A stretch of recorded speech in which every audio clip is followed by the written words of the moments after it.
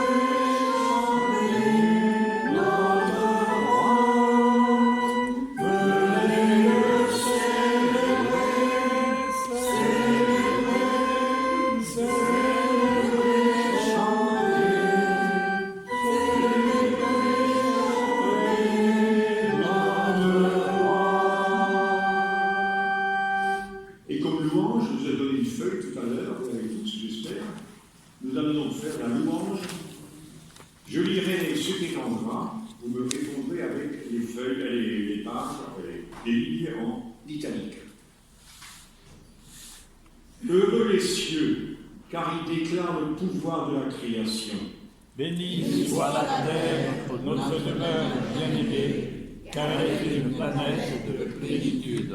Bénis sont les eaux qui s'y trouvent, car elles ont donné naissance à des êtres vivants. Béni soit le pays, car il est source de vie abondante. Béni soit l'air que nous respirons, car il nous enflamme à la vie et à l'amour. Bénis sont les bêtes des champs, car elles sont magnifiques à voir. Heureux les oiseaux du ciel, car ils dessinent un arc gracieux dans le ciel. Bienheureuses les montagnes, les mers et les vallées, car leur variété enrichit notre habitat. Bénis sont les champs de céréales, les vergers de fruits, car ils nourrissent sans rien demander en retour. Heureux les habitants de la terre, car ils chérissent le privilège d'y vivre. Heureux ceux qui protègent la terre et toutes ses créatures, des plantes, des champs, arbres de la forêt, car leur récompense sera l'harmonie avec le réseau de l'existence. Réjouissez-vous et soyez dans l'allégresse, car la terre et son peuple ne peuvent qu'un. Et nous continuons cette louange avec le cantique 4109. Nous chantons les 4 premières strophes et nous reprendrons le cantique plus tard, nous chanterons les 3 dernières ensuite. 4109, page 574.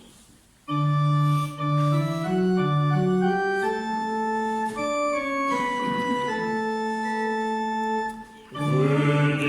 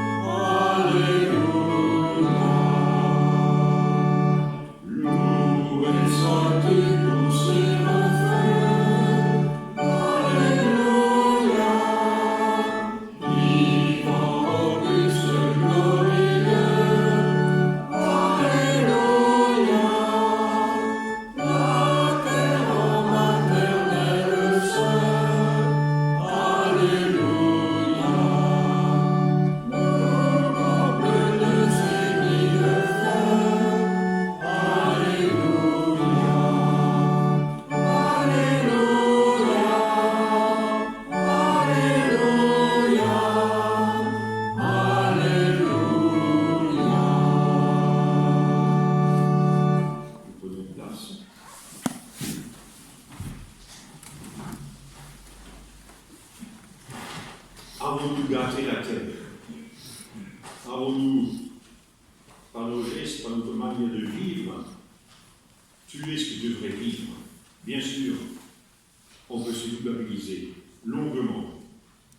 Nous, un peu peut-être, par nos gestes, sans le faire exprès souvent.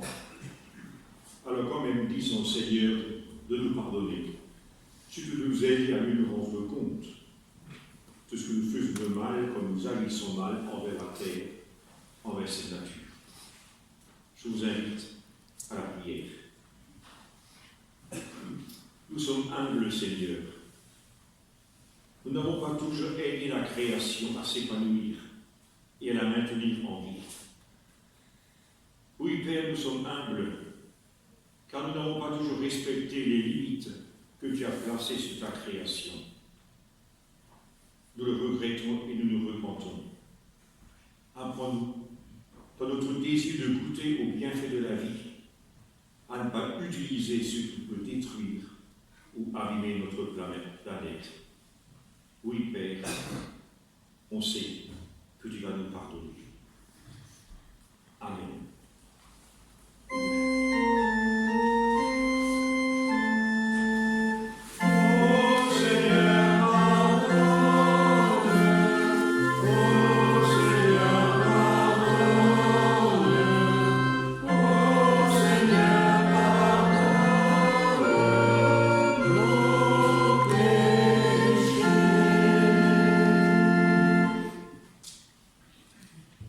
Bienheureux êtes-vous, bienheureux sommes-nous tous, car en tant qu'enfants de Dieu, vous êtes pardonnés. Jésus nous pardonne et nous aide à vivre autrement. L'arc-en-ciel dans les nuages est un signe de l'alliance éternelle que Dieu a fait avec la terre. Amen. Et nous chantons ô ma joie, ô mon espérance et mon espérance.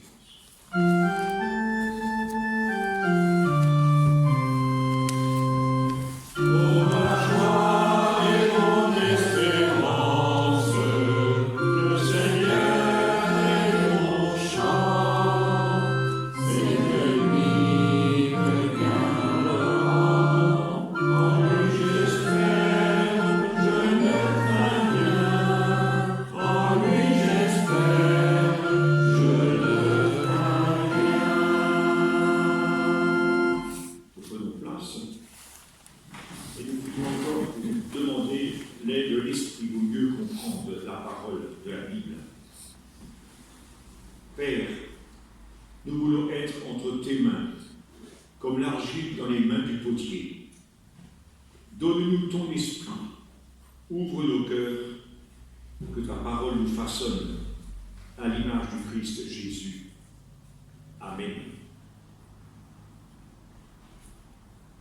Nous lisons deux textes assez courts aujourd'hui, concernant justement la nature. D'abord, Genèse au chapitre 1, au verset 31 jusqu'au verset 2, 1, 3. C'est la fin de la création d'après la Bible. Dieu considéra tout ce qu'il avait créé et trouva cela très bon. Il y eut un soir, puis un matin, et ce fut le 6e jour. Ainsi furent achevés le ciel et la terre avec toute l'armée de ce qu'ils contiennent. Au 7e jour, Dieu avait achevé tout ce qu'il avait créé. Alors il se reposa en ce jour-là de toutes ses œuvres qu'il avait accomplies. Il bénit le 7e jour, il en fit un jour qui lui est réservé, car en ce jour-là, il se reposa de toute l'œuvre de création qu'il avait accomplie. Il y a un psaume 104 qui est très joli, très beau, qui loue la création. Psaume 104 au verset 27. Il compte sur toi, Père, tous les êtres, pour recevoir leur nourriture, chacun au moment opportun. Tu la leur donnes, ils la prennent, ta main s'ouvre et ils sont comblés. Tu te détournes et ils sont épouvantés. Tu leur donnes le souffle et voilà qui expire, redevenant poussière. Si tu envoies ton souffle, ils sont créés. Tu renouvelles toujours l'aspect de la terre. Gloire à jamais à toi, Éternel. qu'il se réjouisse de ses œuvres. Son regard fait trembler la terre, il touche les montagnes et déjà elles fument. Je veux chanter pour l'Éternel ma vie durant, pour célébrer mon Dieu en musique, tant que j'existerai. Oui, que mon poème lui soit agréable. Moi, j'ai ma joie en l'Éternel. Amen.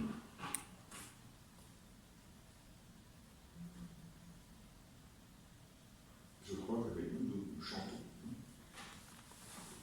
le 21-06 au 21-06.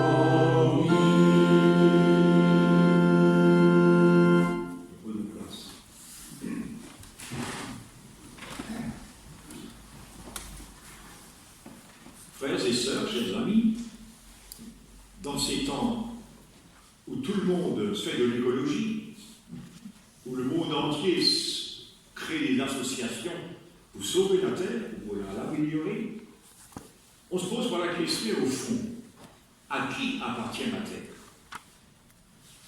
Est-elle à nous? Est-elle aux êtres vivants? Est-elle à Dieu? La Bible ne nous aide pas beaucoup. Elle nous dit, dans ce texte La Jeunesse, que nous étudierons d'ailleurs en fin de semaine, lors de l'étude biblique, elle nous dit que Dieu a créé la terre et dit aux hommes, allez-y. D'après la traduction très mauvaise, dominez-la, et ensuite, vivez-en. D'abord, dominez-la.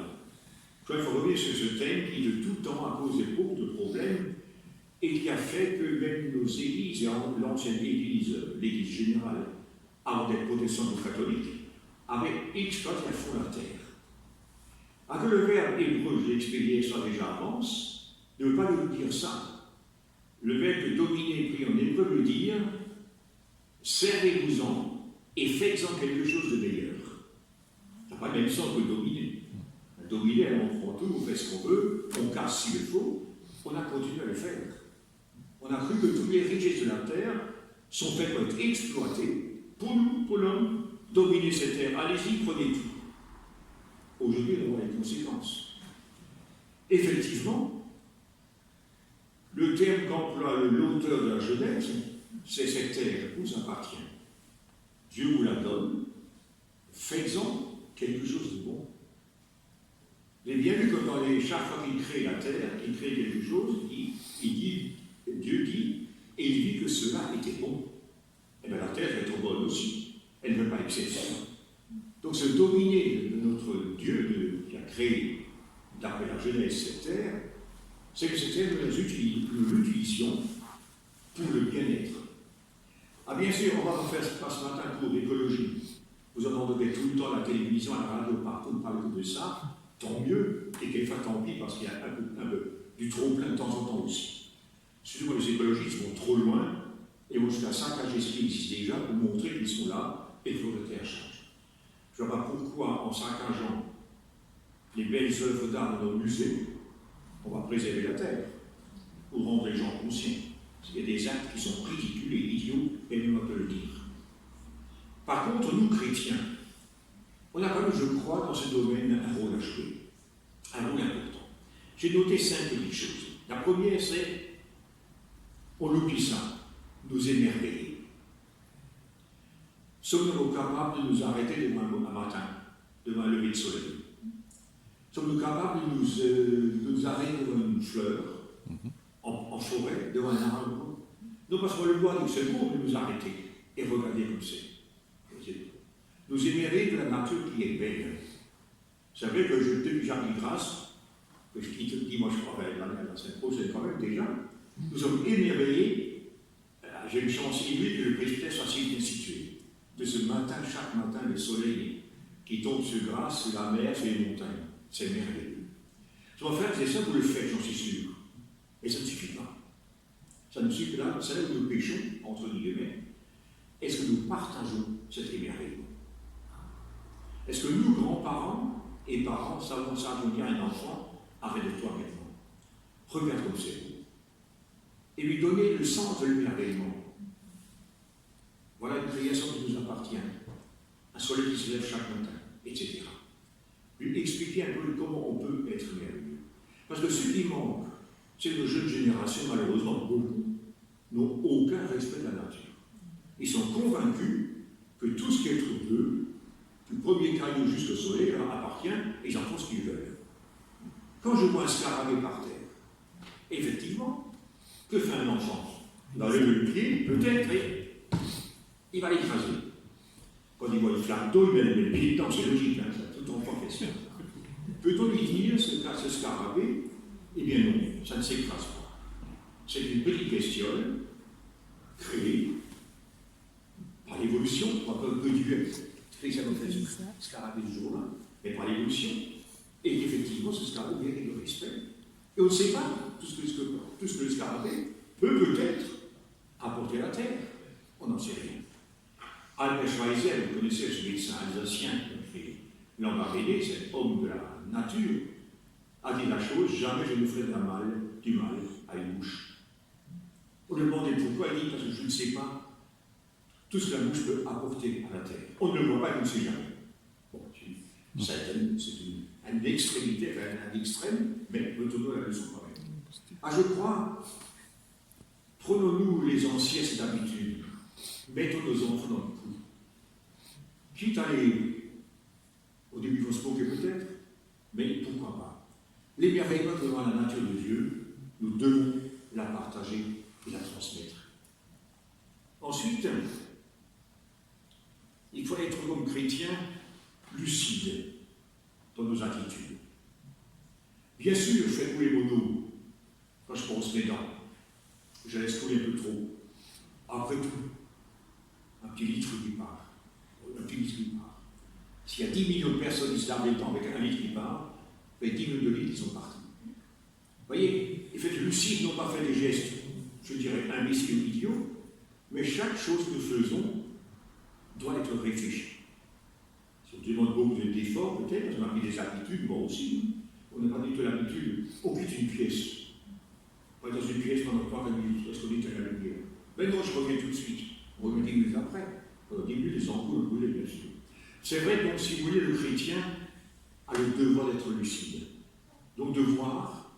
Et je crois que l'Esprit Saint nous aide. Il faut savoir prier pour ces choses-là. L'Esprit de Dieu est là pour tout, pour les simples choses banales de tous les jours.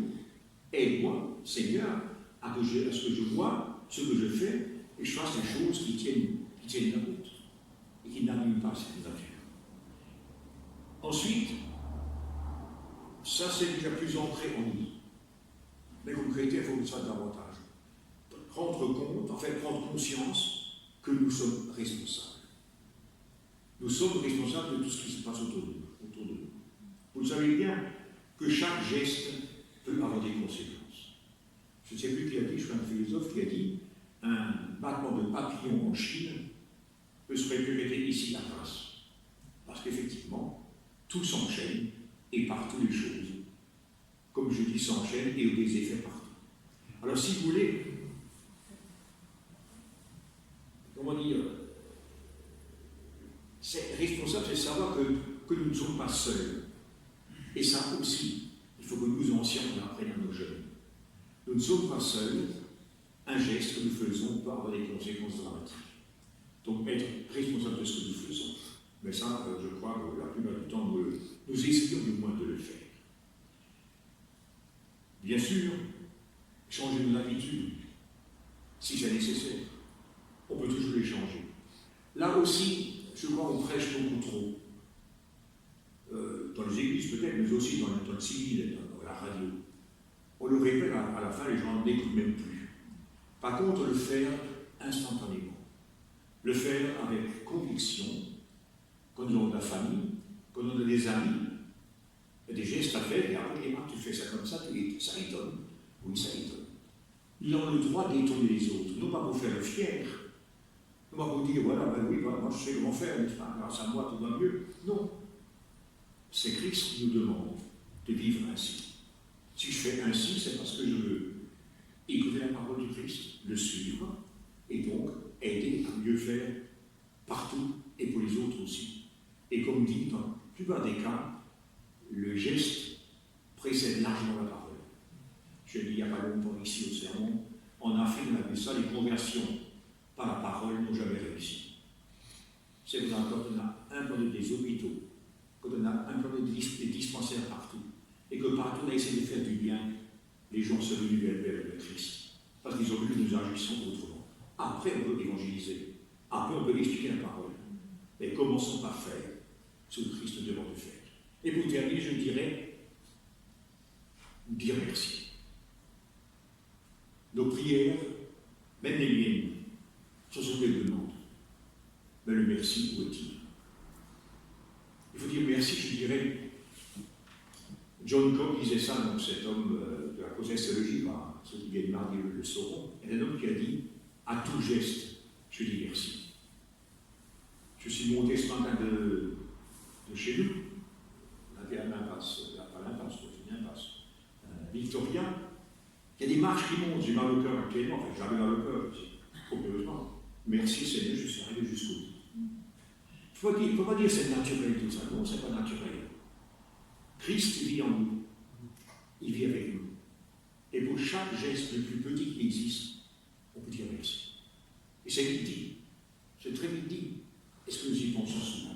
Et là aussi, deuxième effet, dire merci et apprendre à dire merci. À nos enfants, une fois maintenant, des petits-enfants à table, tout ça normal. Ils quittent la table sans amour. On leur donne tout ça, ils mangent tout. Et puis surtout, qu'ils le fassent, ça se comprend, ils sont petits. Mais que nous ne réagissions pas, c'est pas normal. En plus, je ne vais pas les bloquer, ils donnent une fessée parce qu'ils ne parlent merci, non. Mais dis, écoute, tu as bien mangé ça. Dis merci à ta maman. Pourquoi pas dire merci à sa maman? C'est naturel. Oui, c'est naturel, maman, c'est son travail. Eh bien non, c'est son travail, oui. Et le merci, il est où? C'est ça le problème. Et je crois que là aussi, nous avons un devoir de chrétien réel, d'enfants du Christ, pour apprendre ceci à à nos jeunes sœurs. Vous savez, il y a un peu de jeunes aujourd'hui parmi nous, pas trop. Disons, nous-mêmes, on est tous parents et grands-parents. Quelquefois, asseyez-vous dans le silence et pensez à toutes les responsabilités que vous avez.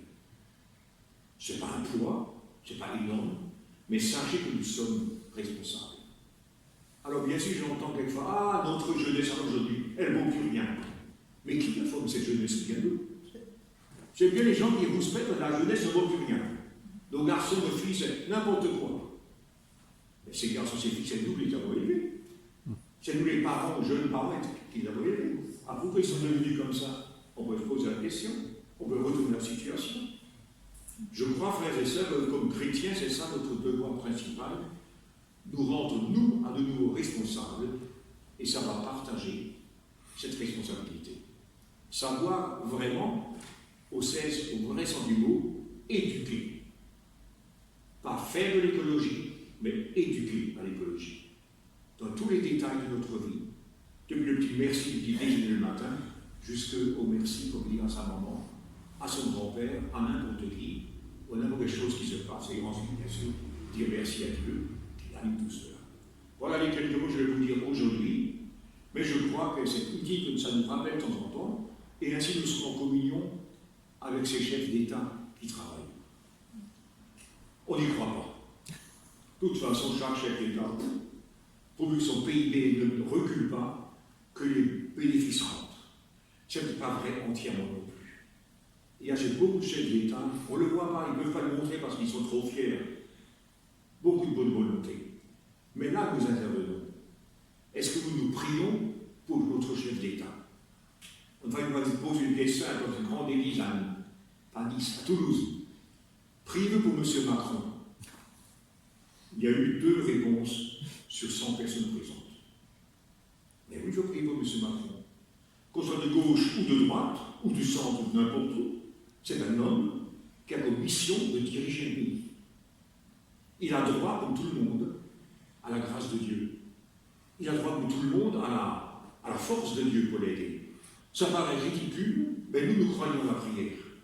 Je suis célèbre, c'est l'ensemble des chrétiens de France. Nous sommes quand même, semble-t-il, mais catholiques, mais pour des 100 millions, j'ai besoin de 14 millions, 54 millions de gens qui sont chrétiens.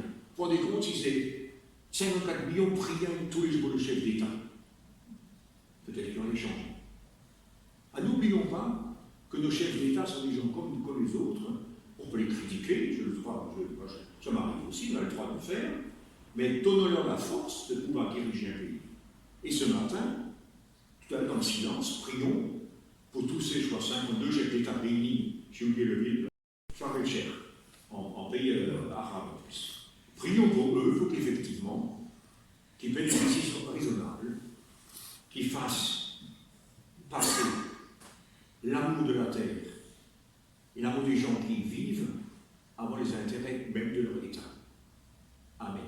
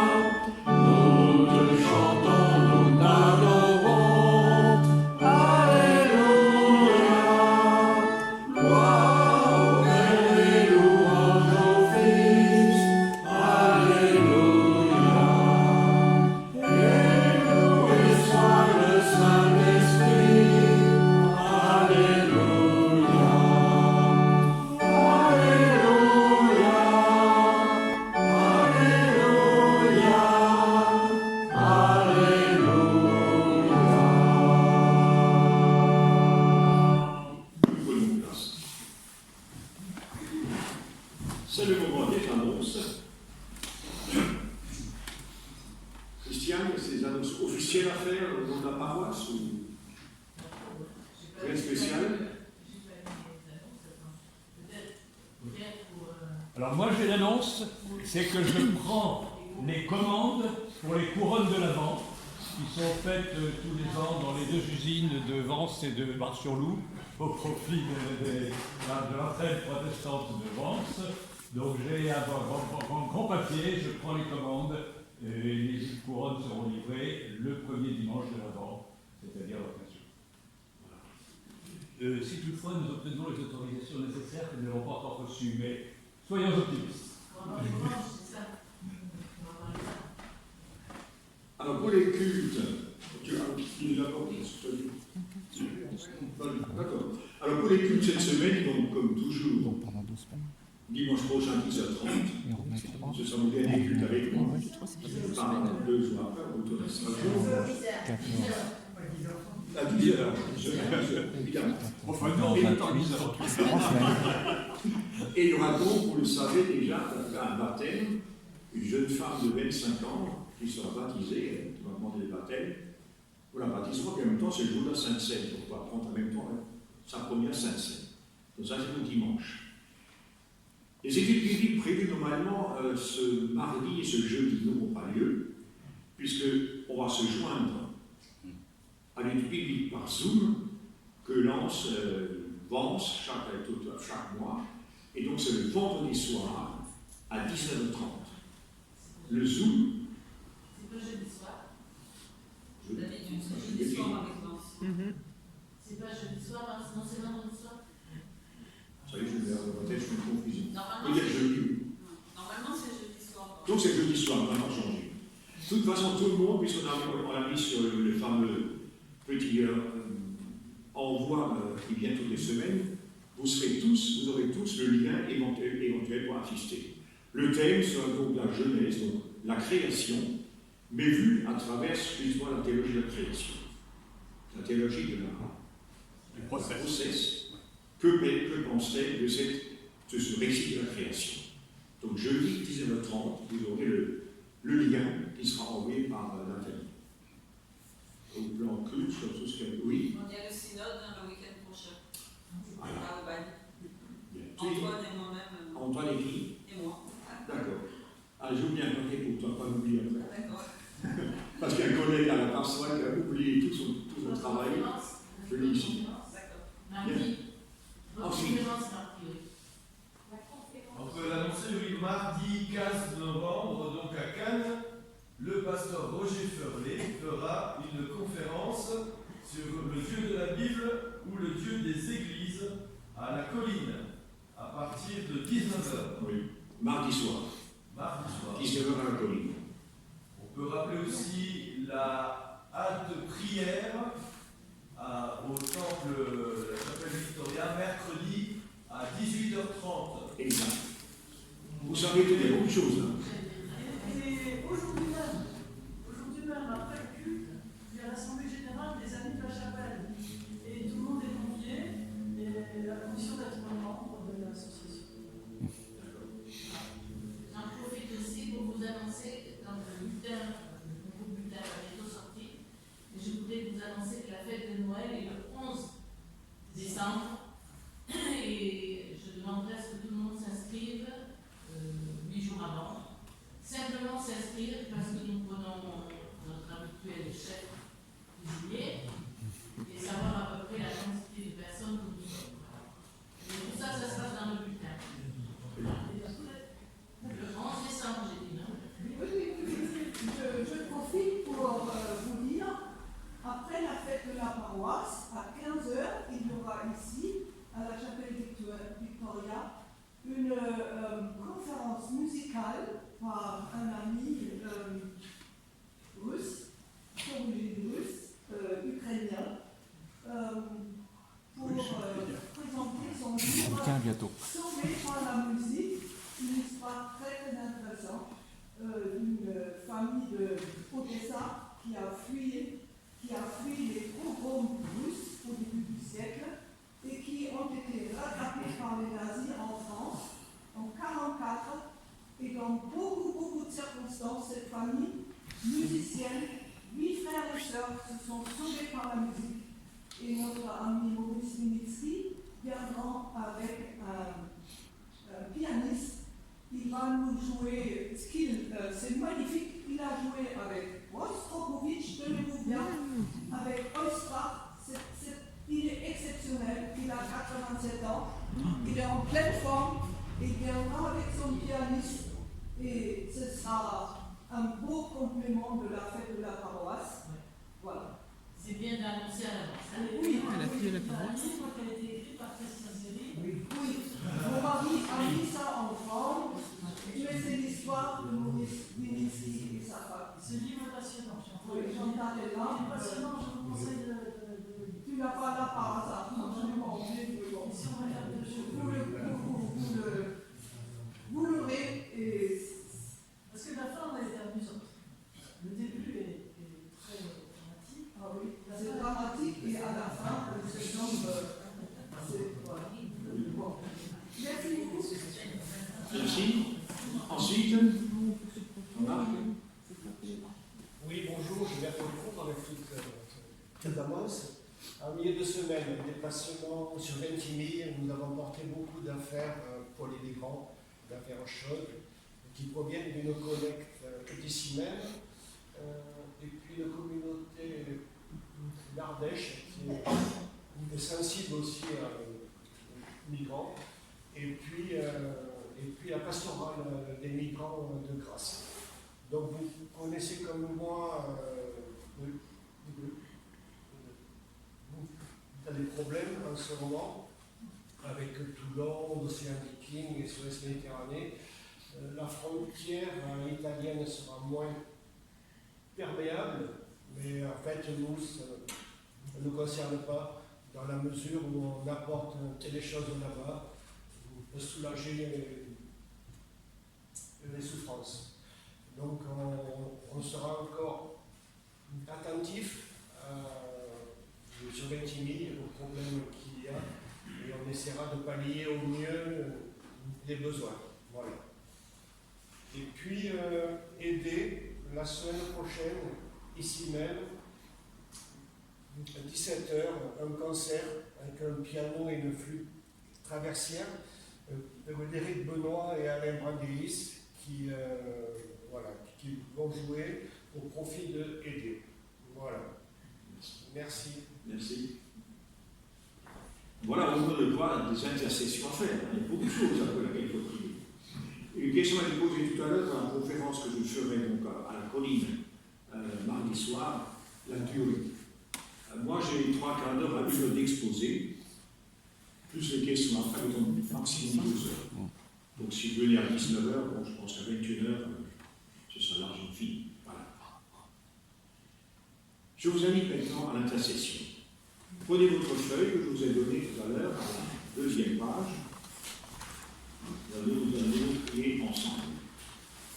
Je prierai l'intention et vous répondrez avec la prière en italique.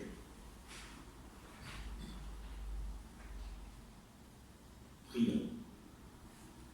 Pour apporter une nouvelle vie à la terre, pour restaurer les eaux, pour rafraîchir l'air. Nous nous joignons à la terre et les uns aux autres. Renouveler les forêts, prendre soin des plantes, protéger les créatures. Nous nous joignons à la terre et les uns aux autres. Pour célébrer les mers, pour se réjouir de la lumière du soleil, pour chanter le chant des étoiles. Nous nous joignons à la terre et les uns aux autres. Pour rappeler notre destin, pour renouveler nos esprits, pour revigorer nos corps. Nous nous joignons à la terre et les uns aux autres. Pour recréer la communauté humaine et pour promouvoir la justice et la paix, pour se souvenir de nos enfants. Nous nous joignons à la terre et les uns aux autres. Pour la guérison de la terre et le renouvellement de toute vie. Nous nous joignons à la terre et les uns aux autres. Nous prions bien sûr pour nos chefs d'État réunis à Sharm-el-Sheikh pour qu'ils prennent des décisions raisonnables et que tout le monde puisse les suivre pour sauver notre terre. Et maintenant, dans le silence, que chacune d'entre nous puisse confier à son Dieu toutes les intentions qui nous sont chères.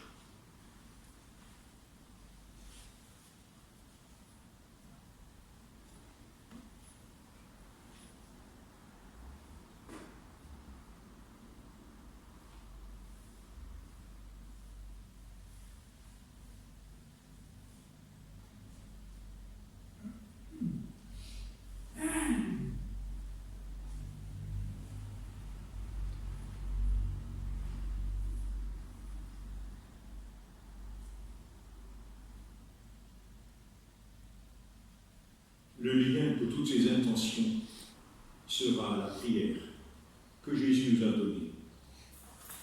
Notre Père, qui es aux cieux, que ton nom soit sanctifié, que ton règne vienne, que ta volonté soit faite sur la terre comme au ciel. Donne-nous aujourd'hui notre pain de ce jour. Pardonne-nous nos offenses, comme nous pardonnons aussi à ceux qui nous ont offensés. et ne nous laisse pas entrer en tentation, mais délivre-nous du mal. Car c'est à toi qu'appartiennent Le règne, la puissance et la gloire, pour les siècles des siècles. Amen. et nous chantons ensemble au 5206.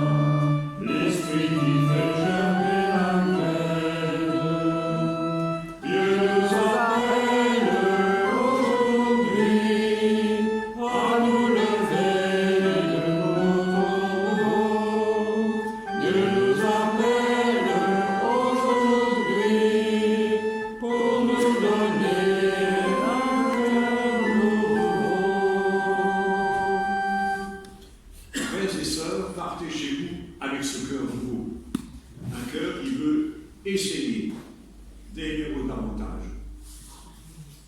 et que nous puissions ensemble, à ce moment-là aussi, témoigner de notre amour pour la terre. Nous ferons la quête à la sortie. Et que Dieu vous accompagne, qu'il vous bénisse, qu'il soit avec vous tous les jours, dans vos paroles, dans vos pensées, dans tout ce que vous entreprendrez cette semaine. Amen. Amen. Et bon dimanche à tous. Et la fête en ce temps de Louis.